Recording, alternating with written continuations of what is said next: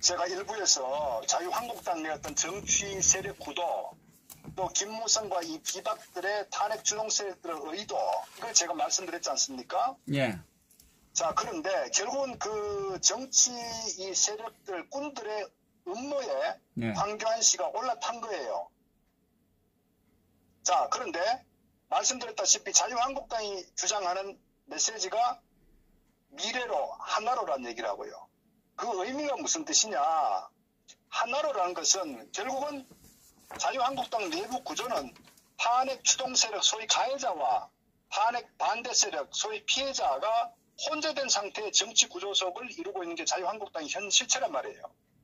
그러면 이게 정상적 같으면 함께 하면 안 되는 거예요. 정치의 어떤 철학과 가치가 이념과 다르기 때문에. 정치 세력이라는 것은 자기 추구하는 정치가 있지 않습니까? 예. 또 박 대통령께서 추구하는 정치가, 가치가 있고. 그러면 박 대통령 어떻게 보면 그 새누리당의 어떤 그 창당의 주역이랑 마찬가지거든요. 실제 오늘한 얘기입니다. 당의 어떤 그거를 살렸기 때문에 이 천막 텐트부터, 천막 당사부터. 자, 그러면 그리고 어떤 이념적으로 이 대북 정책, 또 어떤 경제 정책이나 사회 정책 모든 부분에서 갖고 나름의 어떤 그 보수 우파의 어떤 그 가치를 나름의 이 국정 철학으로 삼으면서 쭉 추진해 왔는데 결국은 소위 그 보수 우파라고 하는 당내에서 이런 결국은 배신을 한 거 아닙니까? 예. 그러면 결국 그 정당 함께 할 수 없는 거예요. 그 정상적 같은 저 정당은 두 가지거든요. 탄핵 주동 세력과 반대 세력이 완전 나눠져야 된다. 또는 해체가 돼가지고 새로운 정당이 만들어져야 되는 게 원래 상식이고 순리란 말이에요. 예. 그런데 간판을 두면서 가해자와 피해자, 탄핵 주동 세력과 반대 세력이 함께한다. 이것은요, 정치적으로 있을 수가 없는, 그것은 어떤 설명이 안 되는 거예요. 그러면 그 정치적 음모 외에는 우리가 해석할 수가 없단 말이에요. 자, 그런데 바로 그것이 결국 이 현재 이 당권을 장악하고 있는 탄핵 주동 세력, 김무성 이 세력들이 당권을 장악하고 있는 상태이기 때문에 저희들 입장에서는 결국 현재 당장 총선 갈 때까지 어쨌든 세력을 모아야 되거든요. 어느 정도. 그러니까 결국 그 메시지를 일종의 이제 그 하나로 가는 부분이 대통합론이라는 게 같은 메시지, 표현만 다를 뿐이지 하나로 이코르 대통합론이라고요. 그러면 제가 왜 황교안 씨가 저 민주주의 파괴 행위를 했다고 보느냐. 황교안 씨는 법률가입니다. 그리고 본인이 얼마 전 토론에서도 탄핵은 절차상 문제가 있었다고 지적을 했어요. 법률가로서. 네. 그것은 사법적 결과가 나오지 않은 상태에서 헌재에서 정치적 판결을 먼저 했다. 이건 잘못됐다고 했다면 절차적 하자가 있다고 얘기했다고. 두 번째, 태블릿 PC에 대한 저작권에 대해서도 문제 제기를 했단 말이에요. 어째가 본인 입으로. 그럼 그것은 무엇이냐? 어떤 의미에서 보면 본인은 처음부터 권한대행 때부터 이 상황을 법률가로서 이미 인식하고 있었다. 저는 이렇게 보는 거예요. 그러니까 오세훈이가 그럼 당신이 알고 있었으면서 왜 권한대행 때 아무런 얘기 안 했느냐? 그거 오세훈이가 저를 올바른 지적한 거예요.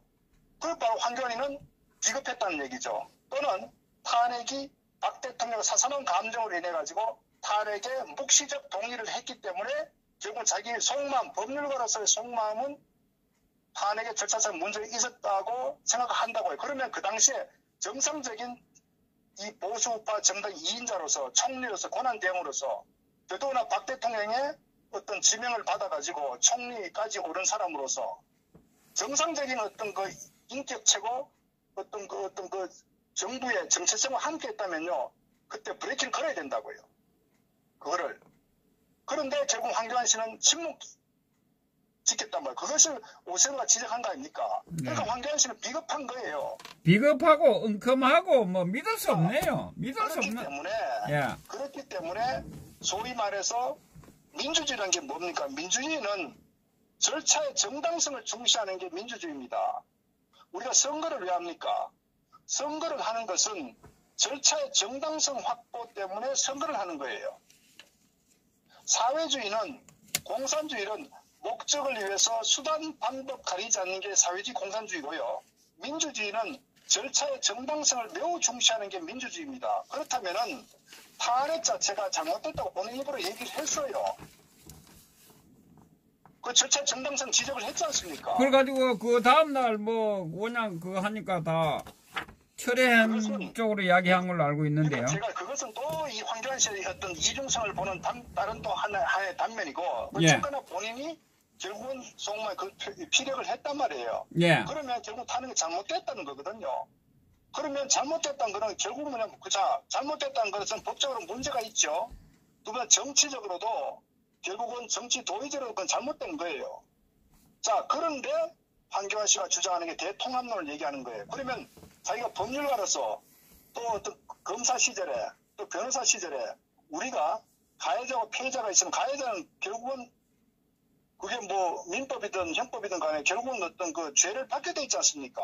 예. 그리고 우리가 1심, 2심 해갖고 대법까지 가는 이유는 혹시나 1심에서 잘못된 선고에 의해서 구제하기 위해서 항소를 두고 대법에 상고하는 거 아닙니까? 예. 그렇다면은 박 대통령 어떤 탄핵 부분은 분명히 아직도 대법에 이 선고 끝나지 않을 뿐만 아니라 이 과정에 문제가 많다는 걸 알고 있단 말이에요. 그게 법률적 절차 아닙니까? 예.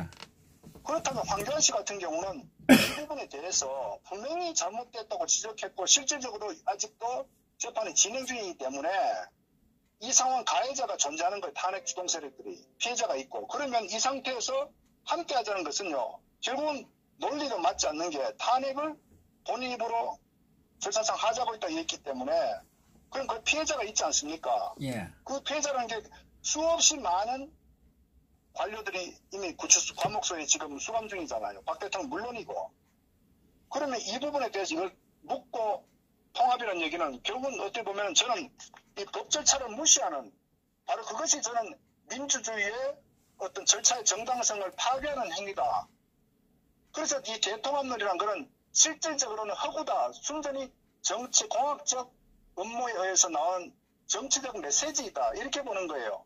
그러면 황교안 씨가 법률가고 정말 어떤 검사로서 변호사로서 본인의 어떤 그런 정체성 입장에 봤을 때 이 대통합이란 것은 철저하게 허구다는 거예요. 바로 그것은 김무성 정치 세력들의 과거 어떤 자기들의 행위에 대해서 묻고 넘어가자는 이런 정치 세력과 야합한 하나의 결과물이다. 그래서 황교안 씨는 이 대통합론은 허구일 뿐만 아니라 결국은 다른 사람보다도 황교안 씨 같은 경우는 이 민주주의 절차를 파괴한 저는 그런 굉장히 어떤 잘못된 어떤 그런 저는 행위를 했다 이렇게 보는 거예요. 그래서 저는 이 황교안 씨가 지금 당장은 이 정치 세력과 야합을 해서 자기 생명이 연장될지 모르지만 저는 머지않은 시간에 예. 황교안 씨가 정치적인 어떤 도박에서 성공을 하든 실패를 하게 되면 결국은 이 모든 것 황교안 실체가 저는 인생에 씻을 수 없는 그런 저는 오점을 남길 것이다. 저는 그렇게 확신을 갖고 있어요. 뭐 저도 그렇게 생각합니다. 저도 뭐 그래서 현재 비록 황교안 씨가 이런 정치 이런 음모에 의해서 정치 공작에 의해서 자기가 결국 이 세력들에서 놀아나서 당대표가 된다고 하더라도 저는 분명히 내년 대선에 이 사람은 100점 100패합니다. 왜? 결국은 이 탄핵에 대한 책임론을 좌파든 들고 일어납니다. 그러면 황교안 씨는 할 수 있는 얘기가 별로 없어요. 그때도 탄핵이 잘못됐다고 주장을 하면 자기 논리를 가져갈 수 있는데 이 사람은 이번 진행 과정에서 이것도 아니고 저것도 아니고 그런데 소위 그 보수파 이 정당 대표 경선 이 토론회에서는 그게 어느 정도 서로가 커버가 되겠지만은 좌파들은 용납하지 않습니다. 당장 보십시오. 지난번에 이해찬이가 뭐라고 했습니까? 감히 촛불혁명의 대통령에게 감히 탄핵받은 세력, 국정농단 세력이 감히 어디에 이것이 좌파 세력들의 머리에 가지고 있는 변함없는 이 우파를 공격하는 하나의 프레임이라고요. 거기에 황교안 씨는 빼도 박도 못한 어떤 걸려들어 버렸다는 상태라고요. 그래서 사실 황교안 씨가 정말 정치를 정권법 하려면은 탄핵은 잘못됐다. 그 당시에는 내가 뭐 어쩔 수 없는 그거지만은 그러나 분명히 잘못됐고 법적으로도 잘못됐고 언론의 왜곡성 잘못됐기 때문에 이건 반드시 나중에 실체를 밝혀야 된다. 이렇게 치고 나가야 막말로 내년도 후년 대선에 나갈 때 전공법으로 부대처가 논리하고 좌파가 한편 대대적인 어떤 전쟁을 벌여야 되는 거예요. 그것이 프레임이라고. 그리고 좌파가 탄핵 프레임을 가져오더라도 여기서 그 탄핵 프레임을 오히려 전공법을 받아쳐가지고 오히려 저 세력들은 내란 주동 세력으로 완전히 전부 다 한꺼번에 몰고 가야 된다고. 전쟁의 어떤 그 프레임을 그렇게 가져가야 된다고. 그런데 황교안 씨는 탄핵은 수용한다. 그러면서 또 꼬리 내리는 상황을 봤을 때 좌파들은 황교안이를 가장 박 대통령 재임 시절에 책임이 박 대통령 다음에 가장 당신이 책임자 아니냐. 반성은커녕 어디 감히 다시 또 탄핵받은 국정농단 세력이 다시 정치를 한다고 이렇게 맹공을 퍼붓나고요. 그래서 황교안 씨 뭐라 그럽니까? 죄송합니다. 근데 문재인 씨 워낙 개판쳤기 때문에 제가 다시 해보겠다고요? 그럼 왜 황교안에 다른 사람도 있는데? 그러면 당신은 다른 사람 나오면 논리가 통하지만 황교안 씨 당연히 아니단 말이에요. 그것이. 그래서 저는 황교안 씨는 당장 당내 대표는 될지언정 저는 그 앞으로 가는 어떤 정치적 노선에 있어서 분명히 김무성의 재물이 되는 거예요. 그래서 저는 향후에 정치 변동이 굉장히 변화가 있습니다. 그랬을 때 결국 김무성이가 현재 이 총선 이 공천권 행사를 하기 위해서 황교안을 내세우고 얼굴바닥 내세우고 혹시 김세현이나 이 비박 탄핵 주동 세력의 임무를 사무총장으로 앉혀가지고 이 김무성 세력으로 총선 공천권을 완전히 바꾼 다음에 그 다음에 또 추가하는 게 저는 이원집 정부제를 시행할 가능성이 굉장히 크다. 저는 그렇게 보는 거. 그래서 이런 부분이 결국은 김무성이가 그림을 그리는 저는 어떤 정치 앞으로 구도다. 저는 이렇게 판단을 그렇게 거기에 황교안이는 재물이다. 제가 이 사람 어디 썼다는 거예요. 그러니까 저 어떤 정치꾼들의 어떤 그 아주 음흉한 그런 부분에 결국 황교안 씨는 굉장히 어떤 판단 착오다. 저는 아마 황교안 씨는 정말 그 자기 일생일대에 씻을 수 없는 그런 저는 그 아주 그 모점을 남길 것이다. 저는 그렇게 보는 거예요. 교활한 그 김무성의 노릇하네요. 결국. 아 그럼요. 100% 노릇하죠. 그러니까 지금 현재 이 자한당내 내부 정치 구조나 앞으로 펼쳐질 상황을 보면은 얘들이 완전 장악한 상태이기 때문에 사실은 어떻게 보면은 황교안 씨가 오늘은 살지언정 내일은 역사에서는 반드시 저는 비참한 어떤 오점을 남긴다는 것을 제가 분명히 말씀드리고 두 번째로는 현재 그 친박 소위 내년 공천을 받으려고 하는 친박들 이 비겁한 세력들 공천 못 받습니다. 천만에요. 그렇기 때문에 결국은 저들도 결국 어떻게 보면 탄핵을 반대를 했으면 마지막까지 자기 소신을 굽히지 않고 어떤 역사의 어떤 한 흐름에서 자기 정치적 의사를 피력해야 된다. 그리고 박 대통령이 잘못됐다. 그리고 이 태블릿 PC에 대한 이 실체를 밝혀야 된다. 언론의 어떤 선동을 밝혀야 된다. 북한의 어떤 개입력도 밝혀야 된다. 이렇게 전공법으로 치고 나가야 역사에서 평가를 할 때 소위 사욕심에 준하는 그런 역사적 평가를 받는 거예요. 그런데 이들은 끝까지 기회주의적 행태를 보인다는 겁니다. 이래서 이것들은 쓰레기라고 하는 거예요. 한 두 가지만 물어보겠습니다.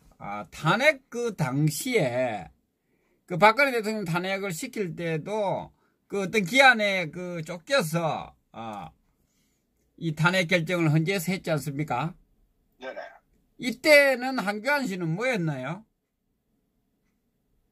아니 권한 대응을 했지 않. 탄핵. 그래 권한 대응인데 네. 이 중대한 사항을 그 탄핵이 되고 나서 3월 10일이면 석 달 얼마밖에 안 됐지 않습니까? 그죠?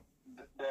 3개월이죠. 이 중대한 사항인데 그렇게 급하게 했을 때 황교안 씨는 뭐 했느냐는 이야기죠. 자, 그러니까 그렇기 때문에 황교안 씨의 본심이 뭐냐 이런 부분에서 제가 묵시적 동조를 했다고 드리는 말씀이 이 사건의 어떤 과정을 논리적으로 보더라도 우리가 이해할 수 없는 그런 그 상황이 너무나 많다. 그래서 그 당시에는 우리가 황교안 씨 긍정적 해석했다고요. 왜? 굉장히 위에 들었기 때문에 혹시나 뭐 북폭이 이루어지는 것 같은 미국에서 혹시나 자리를 지키라든가 예를 들어서 그 당시에 또는 뭐 대선에 나온다고 뭐 어떤 여러 가지 굉장히 그 우호적인 그 환상에 기대를 했었는데 결국은 우리가 지난 시간들을 봤을 때 황교안 씨는 철저한 기회주의적 행태를 보였다. 그리고 어쨌거나 이 탄핵이 진행된 과정에 황교안 씨는 철저하게 자기 어떤 그 말씀드렸다시피 이 총리 경질 때 이 청와대로부터 문자 메시지 받았다는 여기에 결국은 굉장히 속 좁은 짓을 한 어떤 그런 그 모습을 그대로 여실히 저는 보여줬다. 저는 이런 측면에서 결국은 이 탄핵에 문제가 상당히 법적으로도 많고 본인도 알고 있음에도 불구하고 침묵을 지킨 것은 바로 황교안 씨의 어떤 그 속마음, 실체가 그대로 드러났다 이렇게 보는 겁니다. 그렇기 때문에 최근에 어떤 이 토론의 어떤 정치 이 바닥에 들어오면서 본인이 보이는 어떤 그런 행위 자체가 저는 일관성이 없었다. 저는 그렇기 때문에 이 부분은 자기가 부정을 하든 어떻든 간에 시간이 지나면 모든 것이 그대로 만천하에 드러나게 돼 있다. 저는 그렇게 봅니다. 그래서 황교안 씨는 정직하지 않다 이렇게 보는 거예요. 속이 새끄맣구만. 정치인으로서는 자격이 없네. 국민을 섬길 그 자격이 기본이 안 돼 있구만. 그리고 황교안 씨는 정치할 제목이 아닙니다.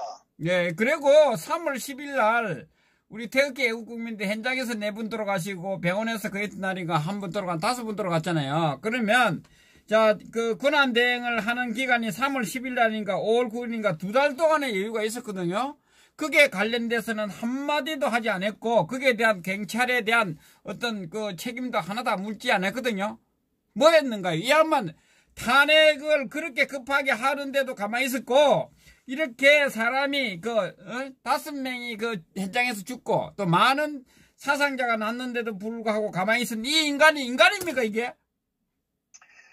자, 그러니까 황교안 씨가 정상적인 어떤 법률가로서 법률가 양심. 그것도 법률가가 있다고 그러니까 됐는데도 가만히 있었다. 참. 그러니까 제가 이제 황교안 씨는 아무리 그 좋게 봐주려고 해도 제가 논리적으로 납득할 수 없는 게 첫째는 본인이 법률가의 양심에 위배되고 둘째 박근혜 정부 때 어쨌거나 그 1.5인자나 2인자가 아니에요.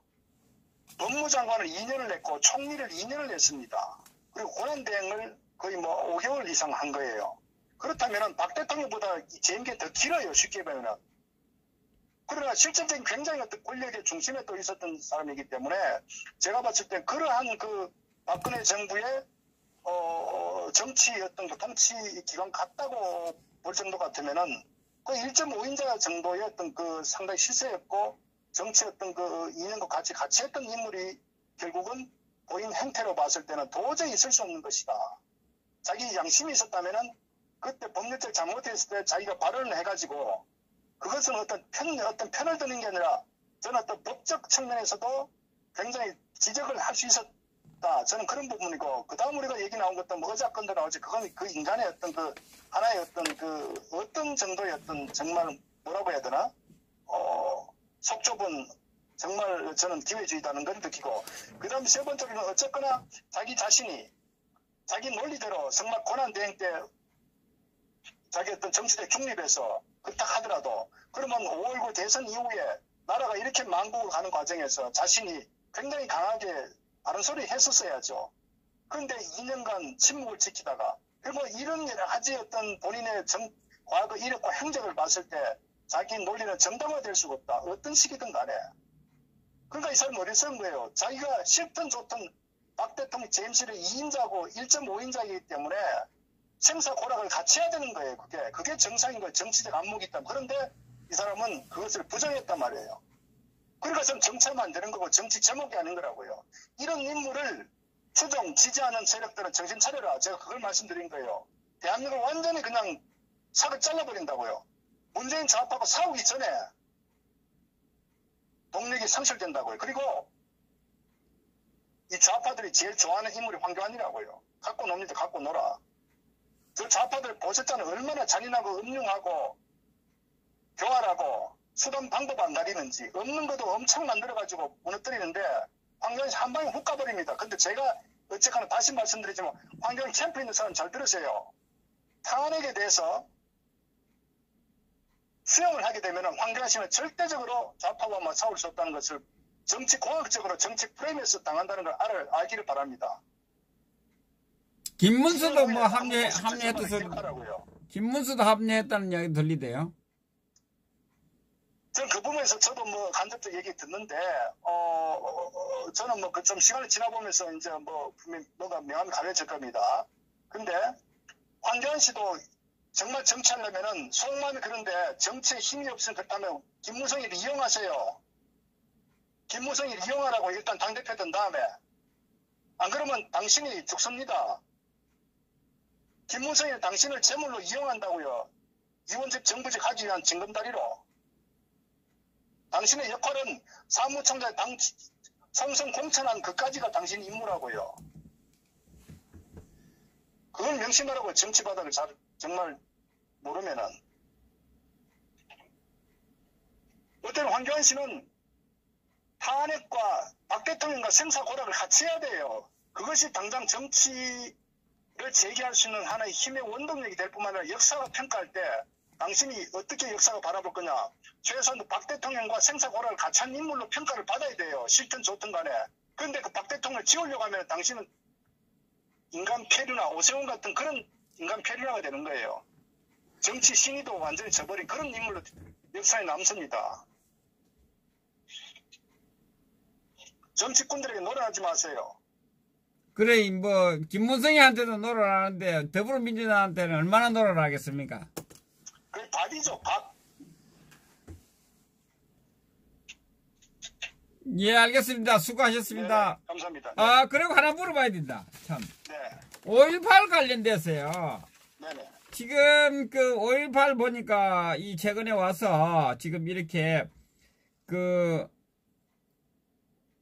1979년 12월 12일과 1980년 5월 18일 전후로 헌정 질서 파괴 범죄와 부당한 공권력 행사에 대항해 시민들이 전개한 민주화 운동이라고 이렇게 새롭게 바꾼대요. 그 내용을 네. 북한군 개입 문제 그거는 빼고 이 부분에 대해서 5.18에 대해서 좀 정의를 좀 내려주시기 바랍니다. 우리 박사님이. 잠깐만요.